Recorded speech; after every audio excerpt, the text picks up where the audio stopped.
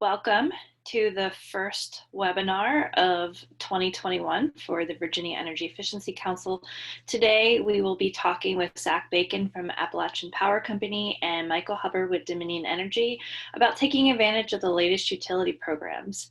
We're excited to have both of our speakers today talking about a variety of new programs that they are or have launched this year, in addition to other programs that are currently running.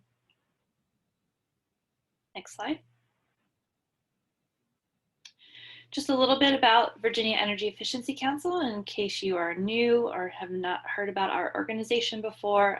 We are the voice of the energy efficiency industry in Virginia. We are a broad coalition of over 100 members whose goal is to facilitate discussions and share resources to advance energy efficiency. Our vision is for energy efficiency to be an integral part of Virginia's economy and clean energy future. Next slide. Just a couple of small housekeeping tips. We are asking folks to submit your questions at the end via a chat button. Rebecca on our team just put up a chat just so that you can see where that is located. We will hold questions until after both speakers have presented. Next slide. And I'll also say that if you are having any technical difficulties, you can chat everyone or you can chat Rebecca directly. She is handling our technical issues on the webinar today. So first up, our speaker is Zach Bacon with Appalachian Power Company, followed by Michael Hubbard with Dominion Energy, and then I am playing moderator today. So with that, we'll go ahead and get started with Zach's presentation. Thanks, Chelsea. Can you hear my voice okay? We can hear you just fine. Good. Thanks, Chelsea, and thanks everyone for the opportunity to come and speak today on the programs that we have running and the programs that we have proposed in front of the commission now. Little background on me. My name's Zach Bacon. I coordinate energy efficiency programs for Appalachian Power in both West Virginia and Virginia. And for those that may not be familiar with Appalachian Power, it's an electric utility in Southwest Virginia. We've got about 459,000 residential customers, 72,000 commercial customers, and about 1,900 industrial customers. And you can go to the next slide.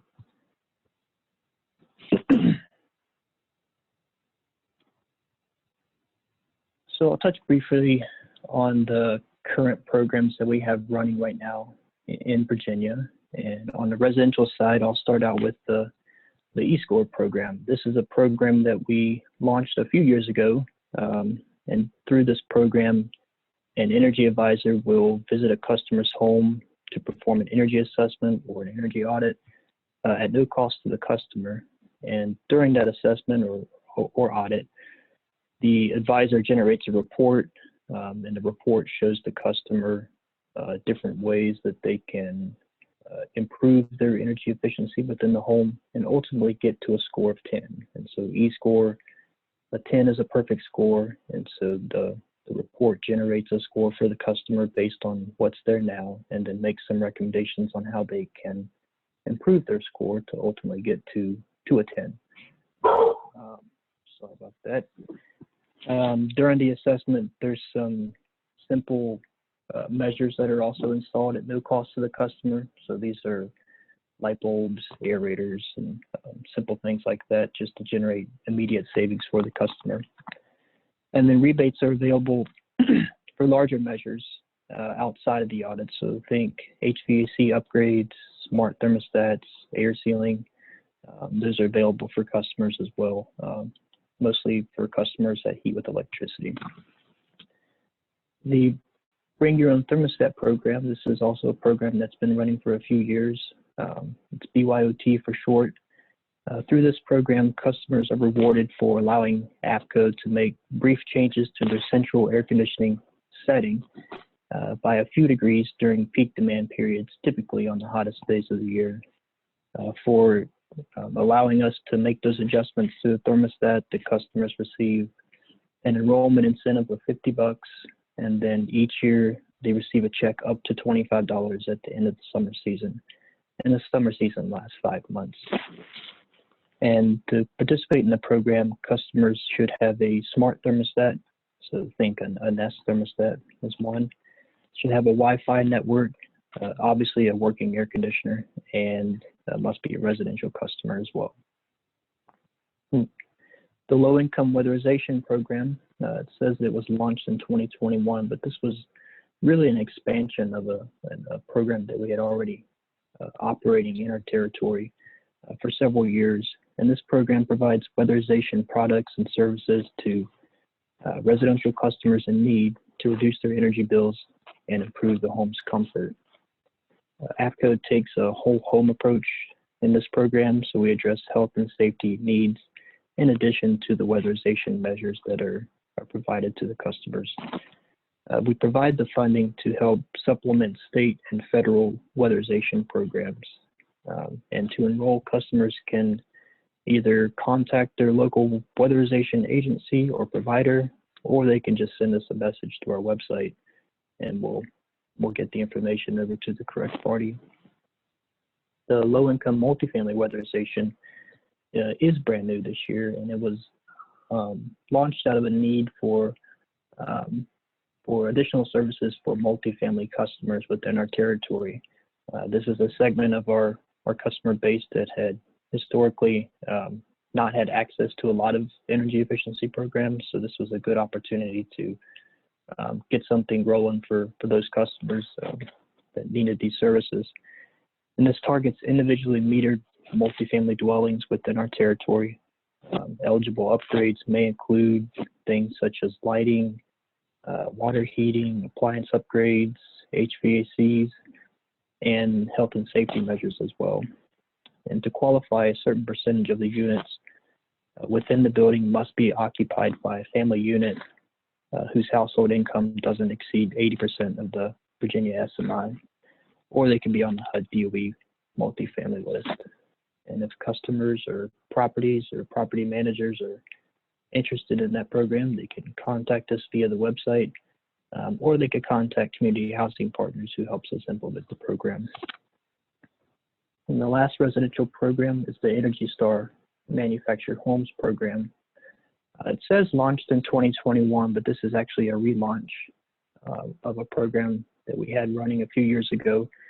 And customers in the market for new manufactured homes can choose an Energy Star home and get a $700 rebate from APCO for the purchase of the home. The Energy Star manufactured homes have lower ownership cost, increased comfort, and are good for the environment overall.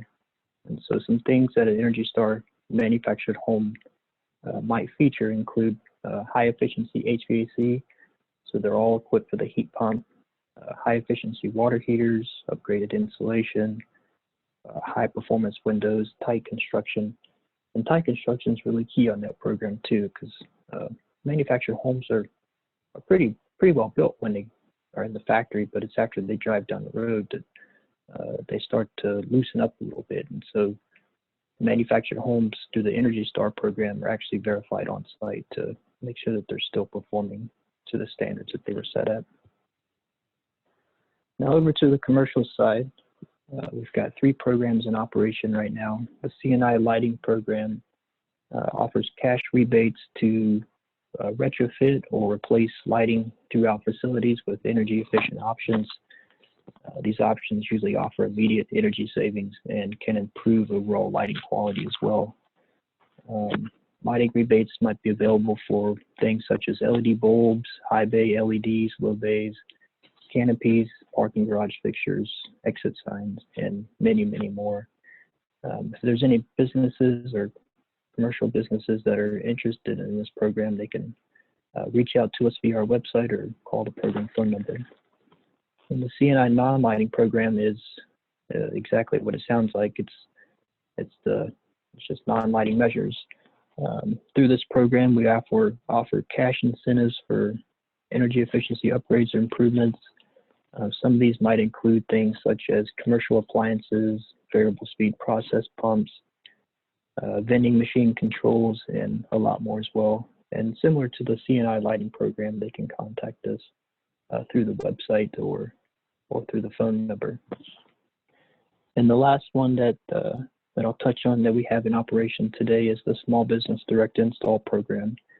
And these assist those small businesses that might not have an energy manager on staff or a department that looks really at their energy usage, and assist them with no cost energy saving upgrades. They can schedule a free on-site assessment, which includes complimentary upgrades such as LEDs, shower heads, aerators, pre-rinse sprayers. And then after the on-site assessment, there's additional rebates that are available for the small business customers. Things such as additional lighting upgrades, refrigeration measures, occupancy sensors, and quite a few more as well. And they can contact us through a website or through the phone number for that program too. And we'll head over to the next slide.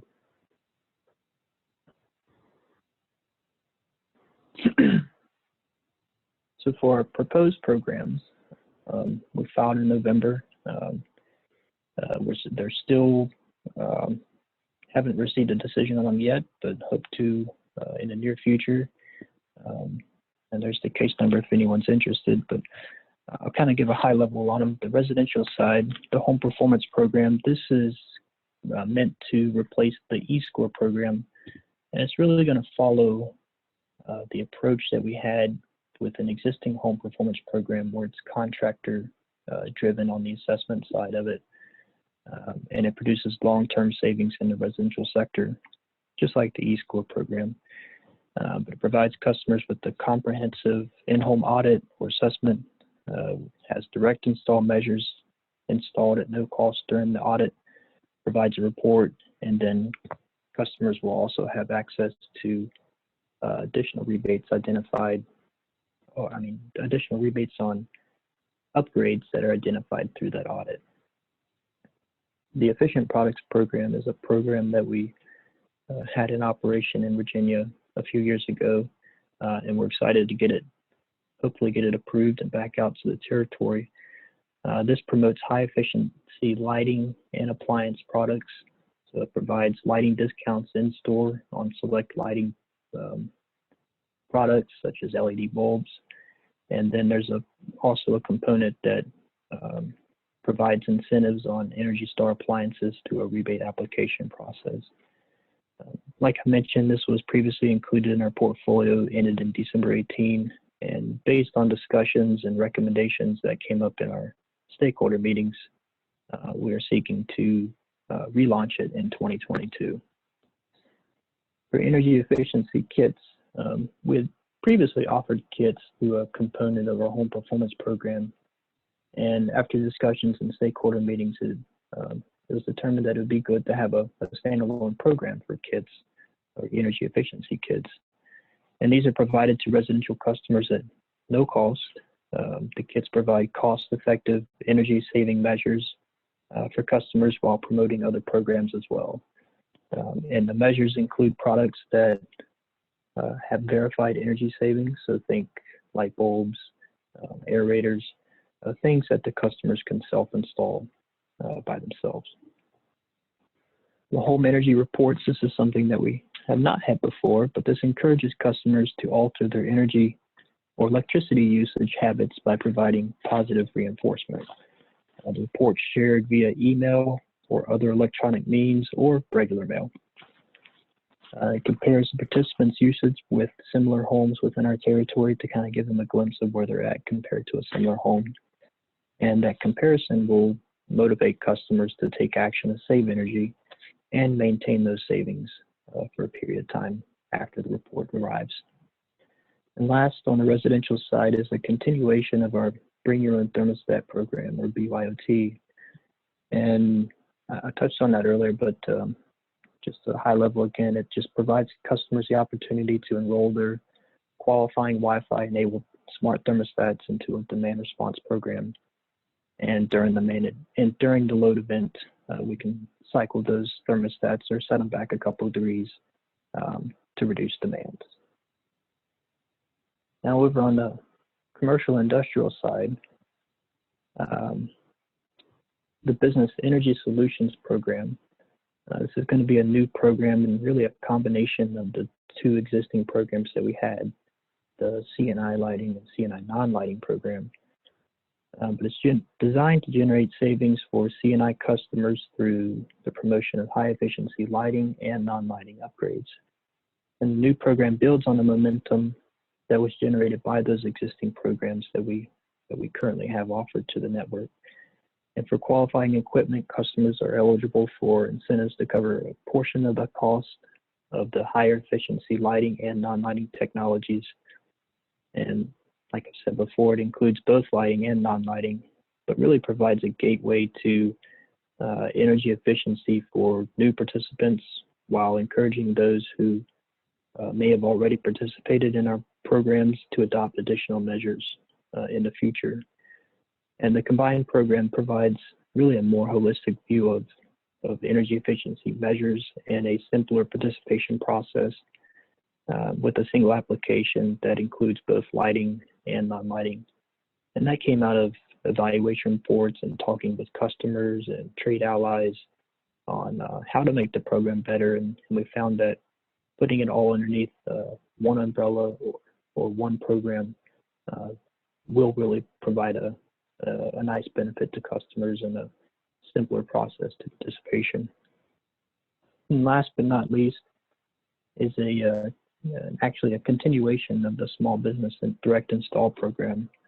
And like I mentioned before, the small business direct install program provides on-site no cost energy assessments to customers, and during those assessments we'll install some no cost upgrades such as LED bulbs or shower heads or aerators.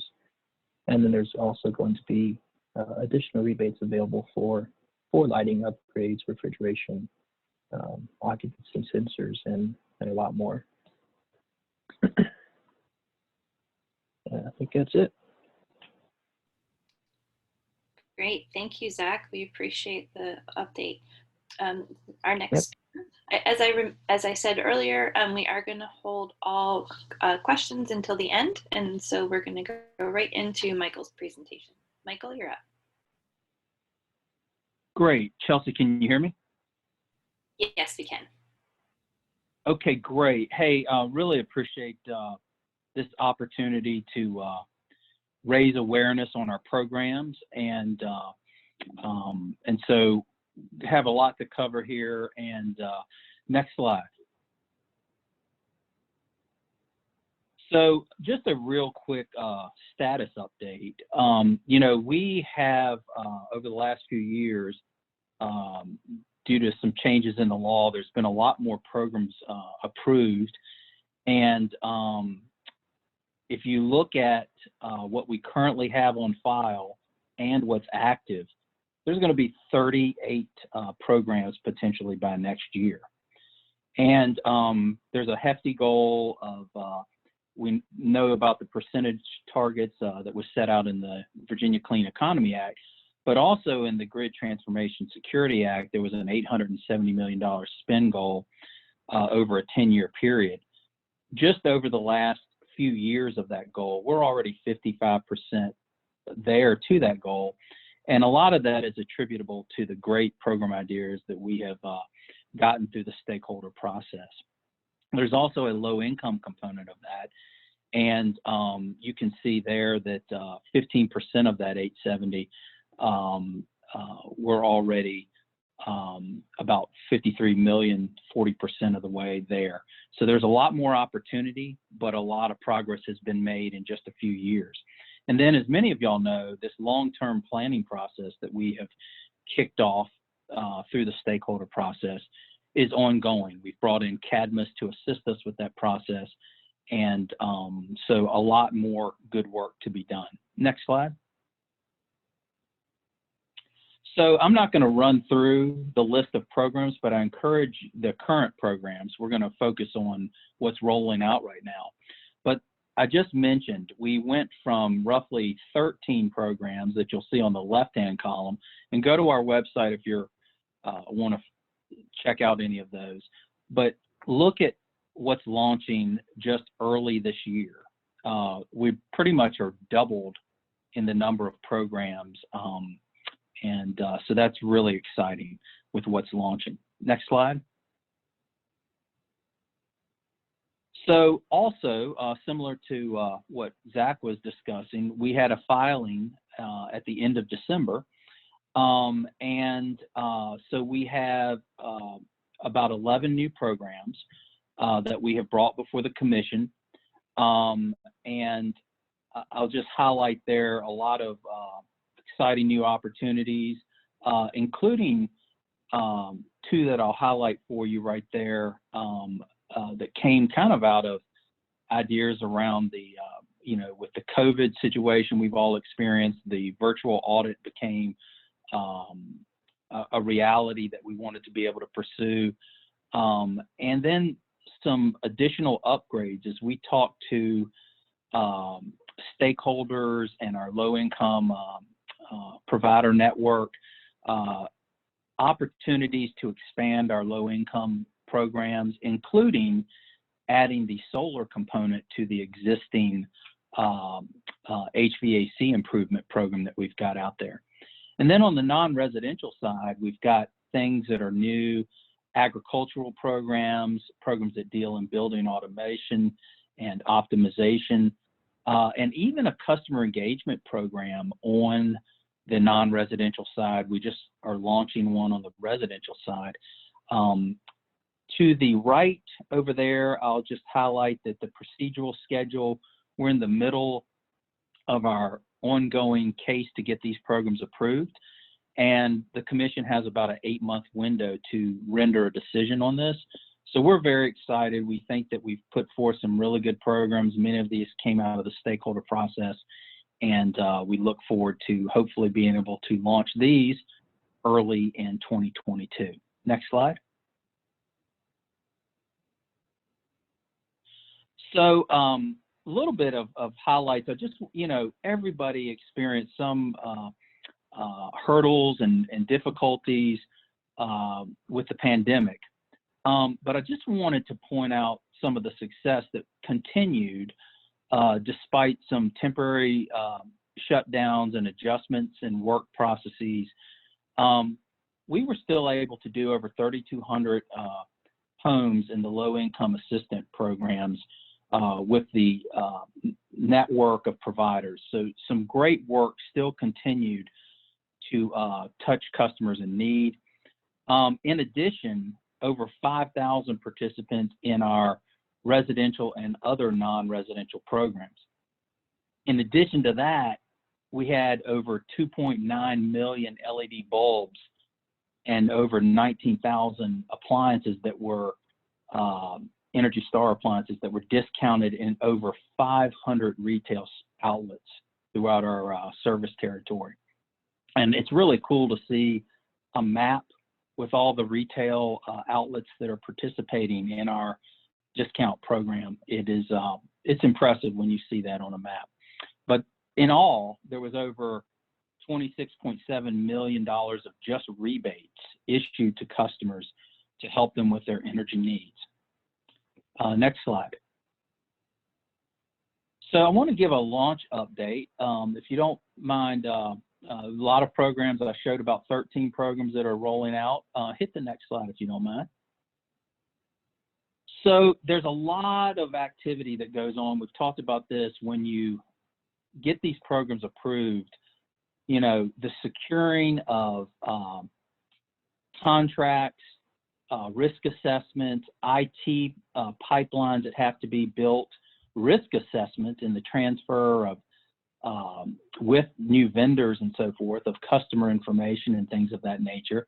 You've got to establish rigorous EM&V data that's going to be collected, build that out.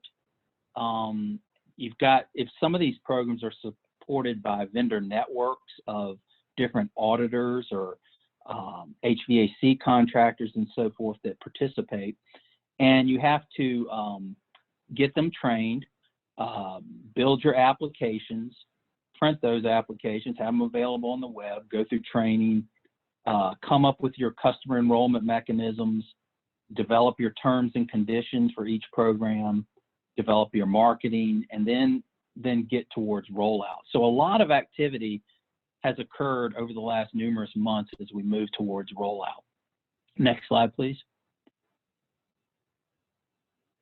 So I mentioned this earlier, but this was the HVAC Health and Safety Low Income Weatherization Program that's rolling out. Really exciting. That is a program where over 3 years per legislation, originally House Bill 2789, that is going to allow us to start to install heat pumps and other types of beneficial measures that benefit HVAC systems, as well as in regulated programs we had never been able to install health and safety measures like mold and mildew removal, doing some rewiring and carbon monoxide detectors, things of that nature to make sure you're leaving the home in a safe condition. The provider network we worked with, we had been able to put that into our unregulated program, very similar to how they were used to working in the state program. And now the commission has approved it for this program. So very exciting that this is rolling out, and a lot of opportunity. The solar component for this program is actually on file with the commission in the case I mentioned. Next slide.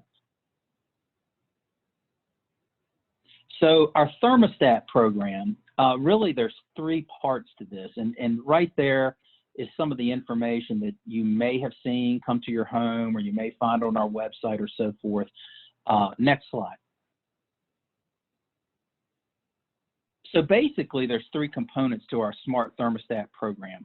You can receive a $100 incentive right now for purchasing a eligible thermostat, and you can also find those on our marketplace on the website. And we've already had over 250 rebates here since the program just launched. So very encouraging there.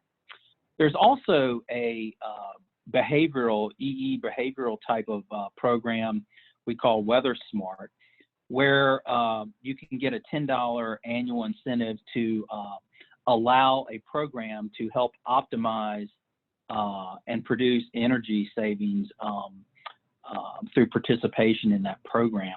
And then there's also a demand response component, $35 annual incentive for the first year, and then $10 thereafter for allowing us to enroll you in the DR program and to cycle your thermostat during periods of peak demand. So we're very excited about that 3-pronged program. Next slide, please. Customer engagement, a new behavioral type of program. It's a program that has been seen in other jurisdictions. It really has 2 components. We have a lot of customers who they were willing to share their email addresses with us, and we also wanted to target folks that may not have given us that. We're targeting in this program the 300,000 top users, energy users, and providing reports to them to help them know where they are. The software, sometimes a customer may have AMI where we can get very specific with their usage, and but sometimes we don't. And the entity that's helping us with this program has a disaggregation formula that really is able to look at historical usage information and determine what appliances are contributing to your overall usage. And so we're issuing out about 100,000 paper home energy reports. And then there's about 200,000 customers on the digital element of this. Next slide, please.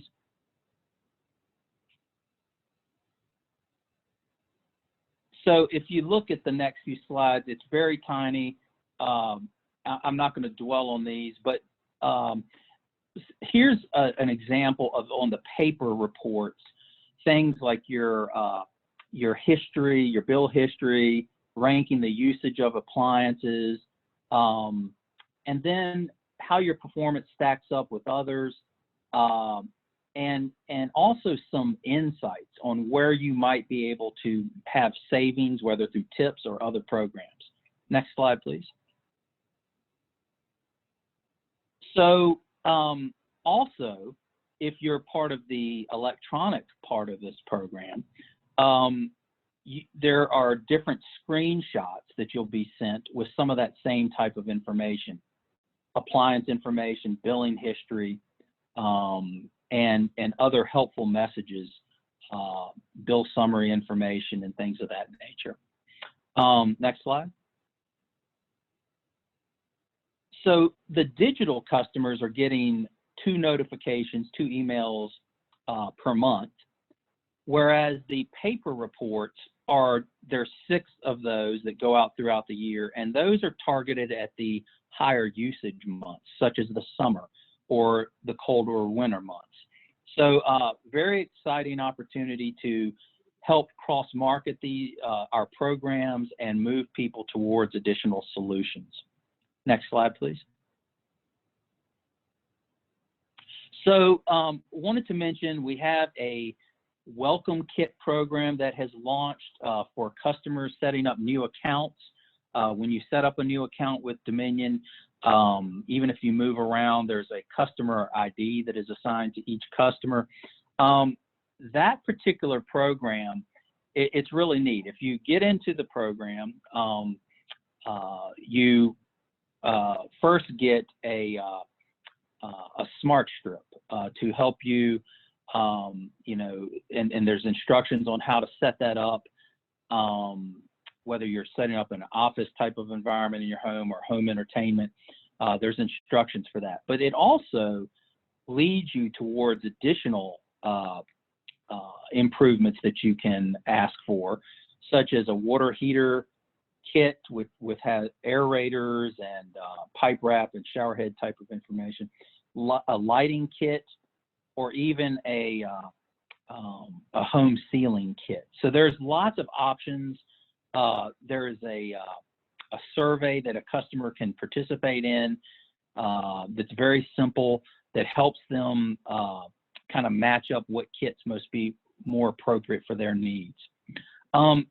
We also have a home retrofit, which is a deeper, more diagnostic audit that is kind of supplementing and going a step further than the walkthrough assessment, the home energy assessment program that we currently have active.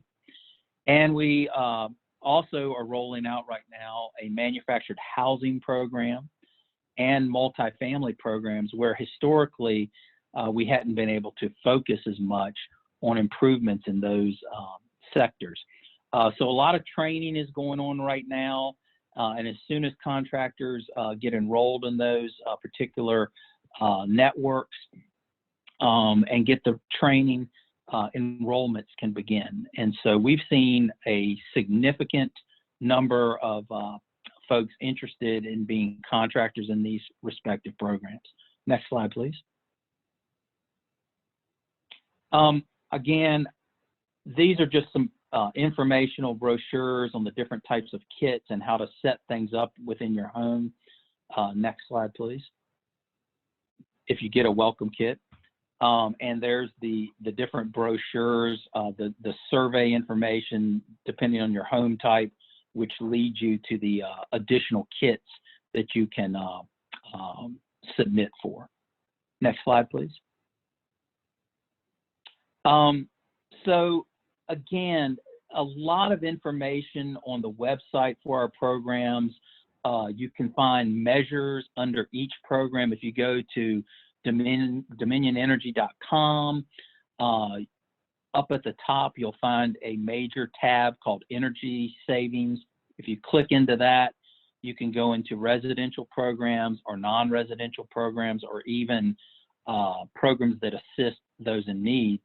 And when you get there, each program should list measures, FAQs, rebate forms, and measure charts if you're interested in any of these programs we've talked about today. Next slide, please. We also have an electric vehicle program, both on the energy efficiency and demand response side. If you get a energy efficient level 2 charger through this program, there's a $125 rebate for that. You also are required to participate in the demand response component. And right now, you can sign up for that particular program through coming here and through the Dominion Energy Marketplace. And so we're really excited about the opportunity to encourage people to use more efficient chargers, but also to be able to utilize that resource during demand response events. Next slide, please. And residential new construction, that was an area that we had really wanted a program. We have that now, building to an Energy Star level. Similarly, we've got quite a few builders who've already enrolled and are anxious to get going here. The participant application portal launched early March, and the incentive application portal launched here on the 11th. So we're getting rolling with that program as well. Next slide, please. And then on the non-residential side, we've got, everybody kind of remembers we had a small business improvement program. That was very successful. We're kind of launching into the next version of that to assist small businesses. You know, that's got additional measures that we've kind of, through experience through the last program, as well as suggestions from stakeholders and vendors, some improvements to that program. And so that is began in February, and we're very excited about some of the additional upgrades and lighting and HVAC that customers can take advantage of. We also have a multifamily component and a new construction component to non-residential businesses. And so, you know, very exciting opportunity there. If you're interested in becoming a vendor in one of those programs, you know, in multifamily, you've got common spaces that could be benefited and things of that nature. Please check out the website. How to become enrolled in each of these programs is on our website under these programs. And then a midstream energy efficiencies products program where we have various Energy Star level. We're trying to incent the distributors and manufacturers to discount products, share their sales data with us to show that those products are being sent into the market and purchased. And so that is a common program in other jurisdictions that have been doing DSM programs for a while. So we're very excited about that type of program launching in Virginia. So next slide. I think that, yeah, so again, this is just one where some of the graphics of things that have gone out and measure list on the internet. And so again, if you've got interest, please go to check out some of the web content. You'll probably see brochures and different things through the mail, but a very exciting and busy time with our programs. So that really wraps it up for me. If you've got questions, please don't hesitate. Great, thanks, Michael. So that does wrap up the presentation portion of our webinar. So we ask anyone who has questions to go ahead and type them in the chat. Up on the screen, you'll see a circle around the chat, but I think at this point, 12 months into COVID, we're all very familiar with Zoom. I will give you a couple of minutes to type in your questions. I know that can take some time. So I'll go ahead and ask a couple of questions while we're waiting. Michael, you've pretty much answered a couple of my questions, and Rebecca and I both put in links to Dominion's website on how you can participate in Dominion's energy efficiency programs, either as a consumer or as a vendor. So if you're interested in either one of those, you can check those links out in the chat box. Zach, can you provide us information on how anyone who is interested in participating in one of your programs, either as a consumer or as a contractor, how can they get in touch with APCO? Sure. On the consumer side, our website for the energy efficiency programs is takechargeva.com. That's takechargeva.com. And from there, you can get a list of all of the residential commercial programs and how to enroll in all of them, and how to not only enroll in the programs, but there's also additional things on there, such as community outreach events where we can come and promote energy efficiency or really just talk about energy efficiency once social distancing is lifted. And then on the contractor side, if there's interested contractors who want to be maybe a trade ally in our commercial programs, then they can contact us through the website, through takechargeva.com on the commercial side. Or if they're wanting to be a contractor with AEP, they can shoot me a note and I'll just forward it on up to procurement and get them in the system. Great. And so I think, Zach, I believe all of the programs that you had approved last year, are all of those launched right now? Yeah. So the 3 that we got approved last year were the Energy Star manufactured homes, the low-income multifamily, and the low-income weatherization, and those are all active in our territory today. Great. And then, Michael, what about all of the programs that were approved for you, or have they all launched at this point?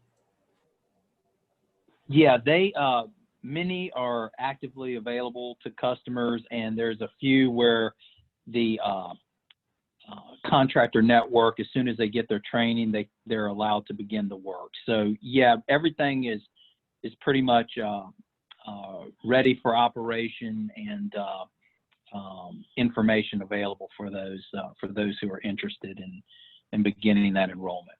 So yep. Great. So we have had a couple of questions roll in, one program related. I believe this will be for Michael, for you. It says, are there plans to add a variable rebate to the residential new construction program that rewards additional energy efficiency based on the HERS score, like utilities, like other utilities have done? Good question. I think our structure right now is recognizing various energy star like levels and installs. We're definitely targeting a certain HERS level. Additional incentives on top of that has not been contemplated at this juncture, but we're open to future designs and considerations, certainly. Great. And then there's a process and timeline question. Given the lengthy startup, which Michael, you provided the slide on, do you see opportunities to shorten the process in any way to help get contractors up to speed? Are there could we pursue or improve the outcome? I think it means. So it says maybe ask for quick staff approval of consent items that are entered. So do you see any other, are there any opportunities to pursue launch fast? Chelsea. Sorry, go ahead, Albert. Yeah, that was my question. I want to say, I understand this is not, Dominion is merely playing the hand that it's dealt. Just like, is there stuff that overall we could do to improve the process? Not Dominion's just playing the cards it's dealt, but what could we do to improve? Yeah, good question. It is it's amazing the amount of rigor and that's required in this. I mean, I like to describe it to each person we talk to is, each one of these is a unique type of program where it's almost like its own startup business. And the complexities of, sometimes we could get one vendor we usually have an overarching implementation vendor to take care of the program all by themselves. But many times, what we have found that there are many programs where, we really would benefit if we utilize the vendor network to help in that. And so when you take those steps, because of the evaluation, measurement, and verification and the audits that we go through, we need to make sure that the data we're going to collect proves that we're actually getting what we thought we were going to get, and that we're being prudent with the spend that the ratepayer is doing to fund these programs. And so, the regulatory process, 8 months, I've been doing regulatory stuff for basically the entire 25 years in some different capacity at Dominion. 8 months is considered an expedited time frame, believe it or not, in a regulatory environment. I've only known of one other instance where 6 months was done for, and basically, if you think about it, you file, you've got to have RFPs to support and show that you've got good cost information. You go through the whole public process, discovery, and then a public hearing. And so, that time, the rigor behind all that is so difficult. And then you get to approval, and sometimes, all the costs are approved in the past, sometimes not. You may have to adjust some contractual relations that you thought the original bids were based on. It gets pretty complicated when you merge all those things and the data security and risk type of stuff that goes on. So I think, I know our teams and our vendors, they've got their foot to the pedal, the accelerator all the way down. But we're also doing it in a way that we're going to be able to demonstrate to the commission that we're prudent, that we have controls in place, that we can prove what was installed.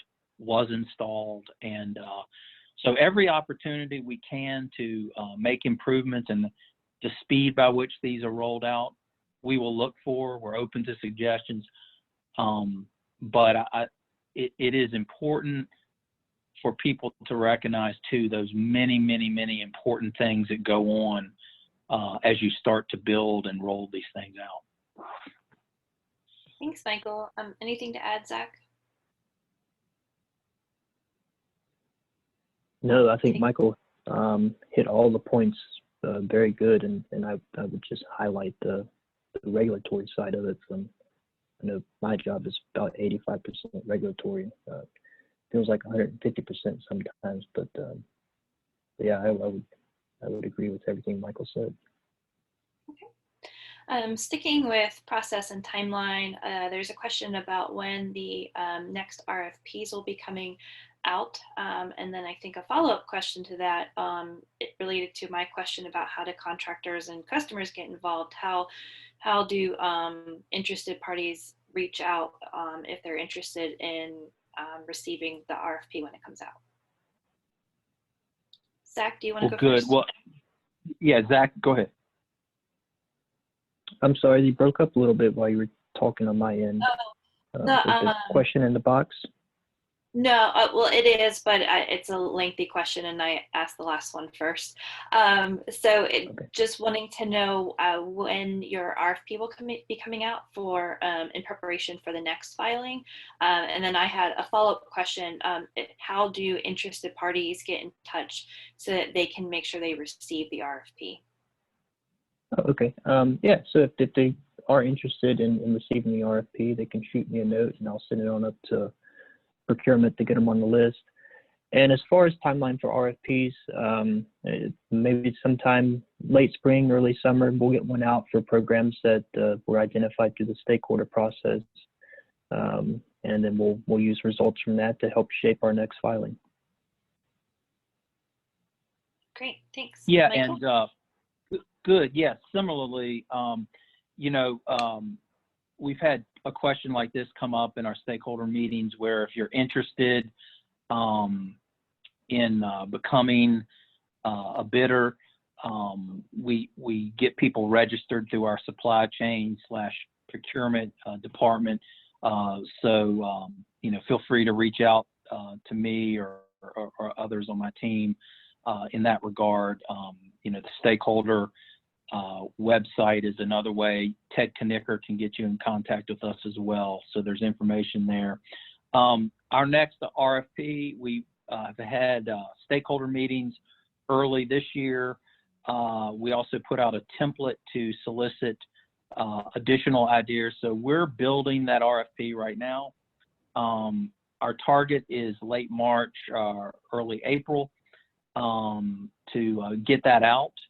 And we ask for a lot of technical information in that because we have to prove that when we go to the commission: energy demand, load shape information, behind measures.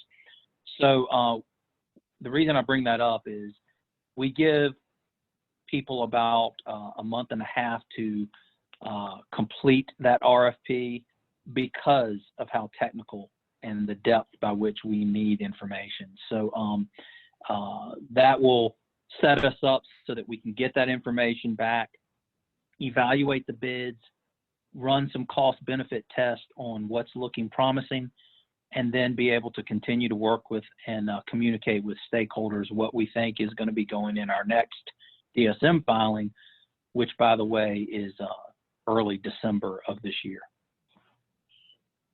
Great, thanks. And then Michael, this question is for you. It seems that your earlier programs were heavier on the residential side, and now it seems that there's a shift to the commercial and industrial side. Do you expect to see a slightly heavier emphasis on C&I, particularly with the changes in the large C&I user opt-out situation?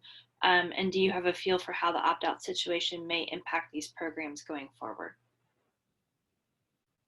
That's a great question. If you look at, I think you will see more and more type business related programs, C&I, those larger customers. For those familiar in this space, in 2018, the threshold went down pretty low for people that actually could participate in programs because 500 kW and above were automatically exempted from the rider and therefore couldn't participate. 2020 changed that back. However, we still needed to go and make sure we could get the larger customers coming back into the programs we have, as well as now look to those larger type programs. So I do think you'll see more. As for the opt-out process, the commission recently issued their final rulemaking in that space. So customers that are interested in opting out, there's quite a few steps that they have to, requirements have to fulfill. And those are listed on our website as well as in that commission order. You have to be able to file annual EM&V reports and things of that nature. So they're very prescriptive rules. I would say this: when the original opt-out rules existed years ago, we didn't have as many takers as one would think that would opt out. Out of several thousand, we only had a few hundred that ever really looked at it. And I think that was twofold. Number one, I think customers realized the large rebates they could get from participating in our programs. We've had a lot of participation. And then the second part is the opt-out requirements in Virginia are not as easy as they might be in other states. Sometimes in other states, you just have to raise your hand. In Virginia, you have to supply quite a bit of information. Great, thank you for that. That was all of the audience questions that I see. We do have about 5 minutes left in the hour, so I'll give you any opportunities for one last audience question. I have two questions. I'll just do one of them. As many folks should know, and particularly our presenters know, next year, 2022, is the first savings target in the Virginia Clean Economy Act. Can you both talk a little bit about where you think you are and if you're feeling good about reaching your respective targets in 2022? Yeah, I'll be happy to start that, and then Zach jump in. You know, it's a complicated kind of question. You know, there's a lot of calculations. We go back and do annual EM&V. So we'll, you know, I think some of the earlier saving target years, you know, that first year and so forth, I think we're, with what we've got rolling out here, obviously there's a lot. We feel pretty good about that. But what's critical is this long-term planning process we're looking at, and continue to work with stakeholders.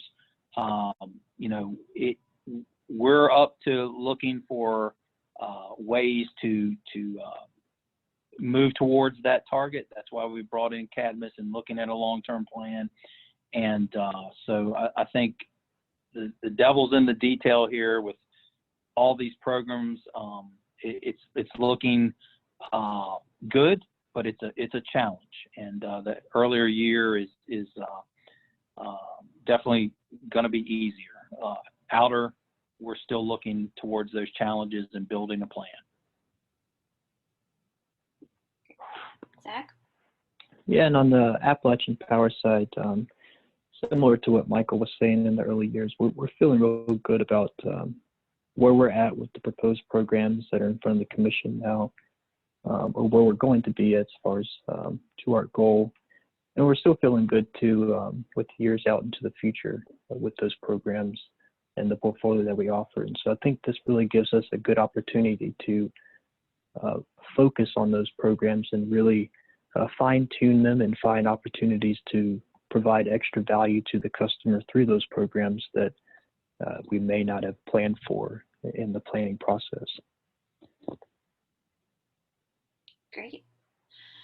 Well, I don't see any other audience questions coming in, but I want to thank both of you for your time today and thank all of our audience members. We appreciate you joining us, and we appreciate both the utilities with Zach and Michael coming on and talking to us about the programs.